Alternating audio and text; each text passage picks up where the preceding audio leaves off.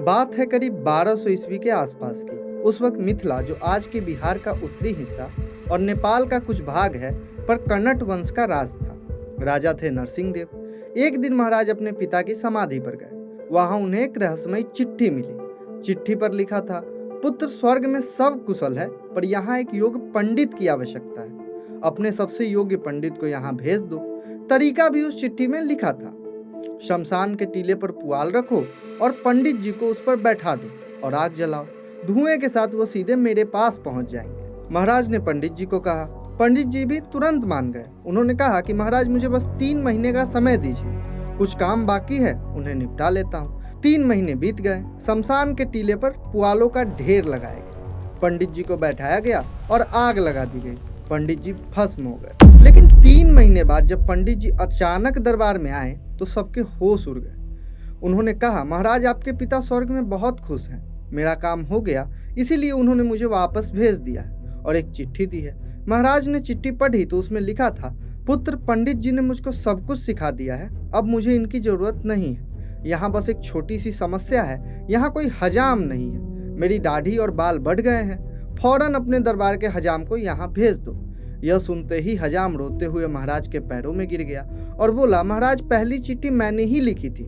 पंडित जी को मरवाने का षड्यंत्र रचा था। महाराज ने सच्चाई सुनी तो दंग रह गए और उन्होंने पंडित जी से माफी भी मांगी। महाराज ने पंडित जी से पूछा, आप बचे कैसे? पंडित जी ने कहा कि जो 3 महीने मैंने मांगे थे, उसमें मैंने टीले के नीचे एक सुरंग बनाई थी। जिस दिन आग लगी, मैं सुरंग से निकलकर अपने घर में छिप गया। अब सवाल यह है कि कौन थे ये महाचतुर पंडित जी? नमस्ते, मैं हूं सार्थक और आप देख रहे हैं किस्सा कास्ट। जिस पंडित जी की कहानी अभी आपने सुनी, उन्हें उत्तर बिहार और नेपाल के मिथिला क्षेत्र में गोनू झा के नाम से जाना जाता है। पंजी ग्रंथों के अनुसार इनका असली नाम गणेश झा था और ये दरभंगा के भरवाड़ा गांव के रहने वाले थे। गोनू झा सिर्फ मजाकिया नहीं थे, बल्कि शास्त्रों के भी प्रकांड विद्वान थे। उनके पिता वंशीधर के 3 बेटे थे, हरिब्रह्मा, हरिकेश और सबसे छोटे गोनू। इनके दोनों बड़े भाई महापोध्याय थे, जो उस समय की सबसे बड़ी शैक्षणिक उपाधि थी।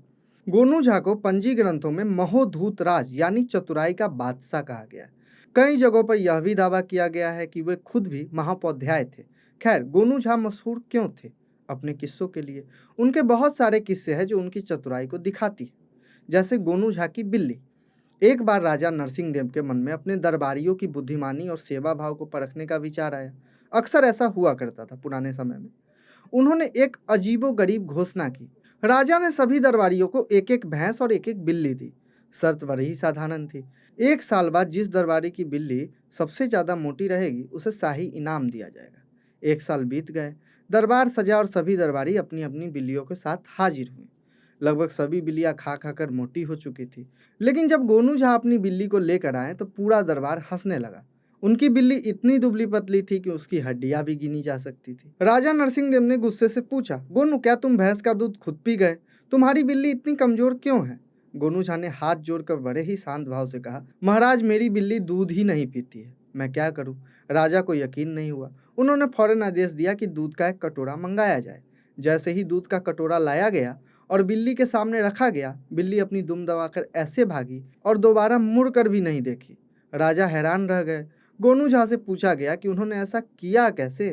तब गोनू झा ने बताया कि महाराज, आपने जो भैंस दी थी, उससे निकलने वाले दूध को बिल्ली पी जाती थी। ऐसे में मैंने एक तरकीब निकाली। मैं रोज कटोरों में खौलता गर्म दूध रखता और बिल्ली को बुलाता। बिल्ली जैसे ही मुंह लगाती, जीभ जल जाती और भाग जाती। फिर रोज ऐसा ही हुआ और कुछ ही दिनों में बिल्ली दूध का कटोरा देखते ही डरने लगी और भागने लगी। राजा गोनू झा की चतुराई को समझ गए और बहुत खुश हुए। उन्होंने उन्हें राज्य के दान विभाग का अध्यक्ष बना दिया। एक और किस्सा है, बिना पैसे की मिठाई। गोनू झा अपने दोस्त के साथ बाजार गए। दोस्त ने उनसे कहा कि आप इतने चतुर हैं तो मुझे बिना पैसे के मिठाई खिलाइए। गोनू झा शर्त मान गए। वे अपने दोस्त को लेकर एक दुकान में गए और अलग अलग बैठ गए। दोनों ने मिठाइयाँ खाई। उन्होंने अपने दोस्त को जाने का इशारा किया। जैसे ही उनके दोस्त जाने लगे, दुकानदार ने उनसे पैसे मांगे। गोनू झा ने अपने दोस्त को पहले ही बोल दिया था कि कहना मैंने पैसे दे दिए। उनके दोस्त ने जैसे ही दुकानदार को कहा कि मैंने पैसे दे दिए, दुकानदार और उनके दोस्त के बीच बहस होने लगी। वहाँ कुछ लोग आ गए। जब बात बिगड़ने लगी तो लोगों ने कहा, वहाँ एक आदमी बैठा है, मिठाई खा रहा है, उनसे पूछो। लोग गोनू झा के पास आए। लोगों ने उनसे पूछा, क्या आपने इसको पैसे देते हुए देखा है? गोनू झा खड़े हुए और बोले, भाई मैंने तो इसे पैसे देते हुए देखा है, पर जब मैंने पैसे दिए तो किसी ने नहीं देखा। गोनू झा मरे सर को पड़े, इसे मिथिला में एक कहावत भी बना दिया गया है। किस्सा ऐसा है कि एक दिन गोनू झा ने अपने घर में एक मरने का नाटक कर दिया। घर परिवार और पूरा गांव इकट्ठा हो गया। किसी ने कहा गोदान कराओ, किसी ने कुछ और। जब उन्हें दरवाजे से बाहर ले जाने की बात उठी तो पता चला कि बहुत लंबे हैं। वे दरवाजे में बार बार फंस रहे थे। लोगों ने कहा दरवाजा काट दो। गोनू झा का बेटा बोला, पिताजी ने इतने प्यार से यह दरवाजा बनाया है, उसे काटना नहीं चाहिए। सभी ने पूछा कि अब क्या किया जाए। फिर गोनू झा के बेटे बोले, फिर पिताजी के पैर ही काट दो। जैसे ही बढ़ई आड़ी उठाकर आगे बढ़ा, गोनू झा उठकर बैठ गए और हंसते हुए बोले, मैंने तो बस तुम सबकी परीक्षा ली है।